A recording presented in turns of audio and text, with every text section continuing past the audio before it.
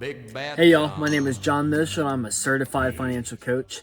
The purpose of this YouTube video and this channel is to teach you how to build great wealth by mastering personal finance basics.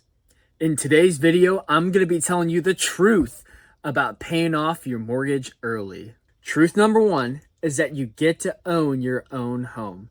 Now, I haven't had this luxury yet, as I do not own my own home free and clear yet. But after seeing people talk about the burden they feel that is relieved from their shoulders after paying off their own home, they describe it as there's nothing like being able to walk on the grass in your yard, or for some of you in El Paso, the rocks in your lawn, and think, wow, these are my rocks. This is my yard. It's definitely a feeling as a younger gentleman I aspire towards and look to experience one day myself. Truth number two is that if you're working on your baby steps through the Dave Ramsey program, if that's the method you're choosing to follow, you'll be well on your way to being debt-free. This should be one of the last steps you have to paying off debt, and that's when you can look to really maximize investing for your future. And that fact brings us into truth number three. Truth number three is that you should be freeing up between 20, 30, maybe even 40% of your monthly income in your household. Think of all the greatness you can do with that. Not only can you invest for your future, but even your children's future, and have the opportunity, again, if you're doing the baby steps, to move on to baby step 7, which is to give freely if you're not doing so already. And that's pretty awesome.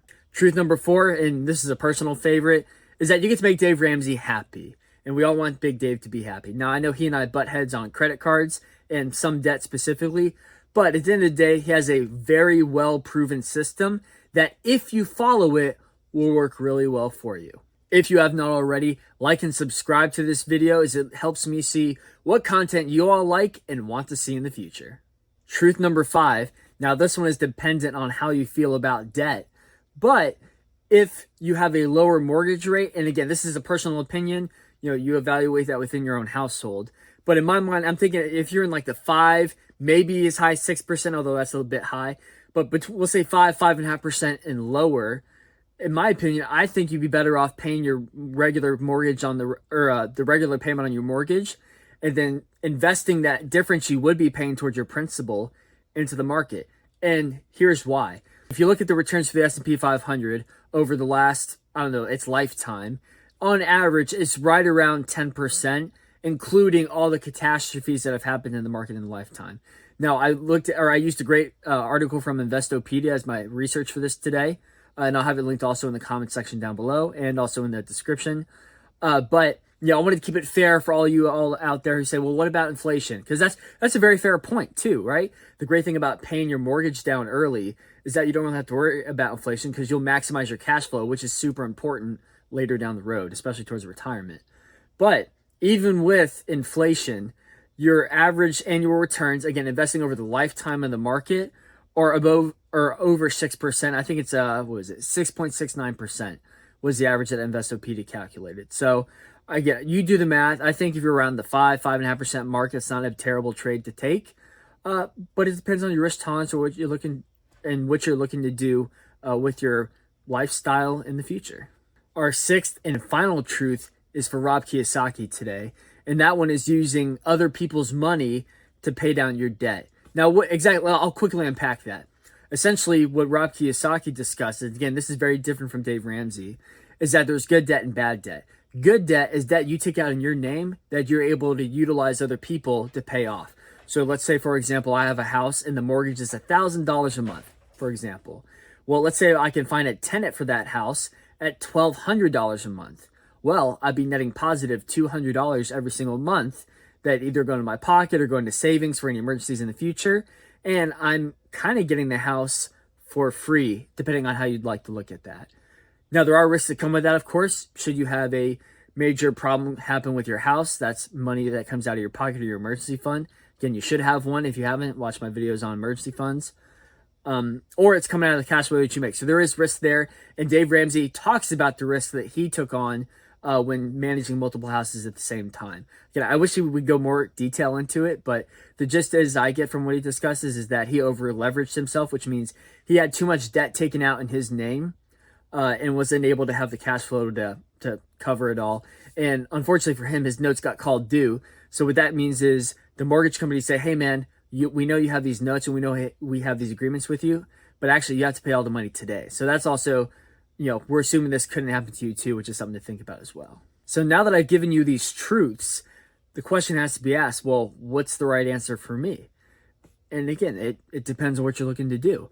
If you're looking to stay rooted in the same place for a little while and slowly grow your portfolio over time, then paying off your mortgage is going to give you more cash flow every single month once that mortgage payment's gone, thus allowing you to invest more in other things in the future, go in that debt-free route. If you don't mind handling a little bit of extra debt and you have a lower enough interest rate, again, my recommendation is I wouldn't do lower than, if you have a interest rate about 5.5% or lower, I think you could chance it. Again, it depends on your risk tolerance. My interest rate on my loan is 4.875.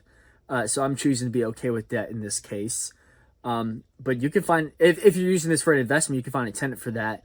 And that would help you, pay down that investment asset that helps you kind of carry that forward in the future. Now, I will caveat, for this, I think it also hugely depends on your age. I am 27 years old as of the filming of this video. So my risk tolerance is up here compared to some other people out there.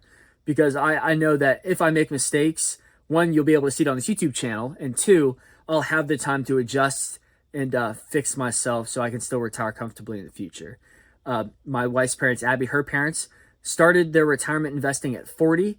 And they will be 70 this upcoming year, 69 or 70 this upcoming year. And they're going to be retiring super comfortable and super happy.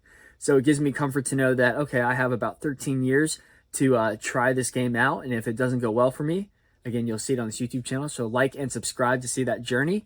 I'll have the time to make it up. And that gives me comfort in knowing that. Sorry, I almost forgot to finish out that thought. But essentially what I'm trying to say is the younger you are, and if you have a higher risk tolerance, then you might be more willing to work with a little bit of debt to grow your assets a little bit faster in the future, using other people's money to pay down some of that good debt that you take on. If you're a little bit older, I'm thinking like 50, 60 plus. Again, I say older, but looking to retire soon, I would 100% pay off that mortgage as soon as possible so that you can free up that cash flow because that's what you need going into retirement, especially if you're looking to leave your job and take on less monthly income between Social Security, possibly a pension, or pulling out of your 401k. If you're looking to see a decrease in cash flow in the future, I would 100% pay off that mortgage before you leave your job. I think it's going to give you a lot of peace of mind in your retirement, and that's what I would do if I was in that situation. I hope you got something out of today's video. It's fun to kind of pit Rob Kiyosaki and Dave Ramsey together because if you look at both of them, both are incredibly successful gentlemen and both have done it right. One did it with debt, one did it without debt, and both were able to be successful. So depending on your situation, debt may or may not be a good thing for you. If you're looking for a financial coach to help you decide if debt may or may not be something you're interested in, the link to my calendar is in the description and in the comment section down below. Sign up for an appointment and we can do a financial analysis for you today. I love each and every one of you, and I'll see y'all in the next video.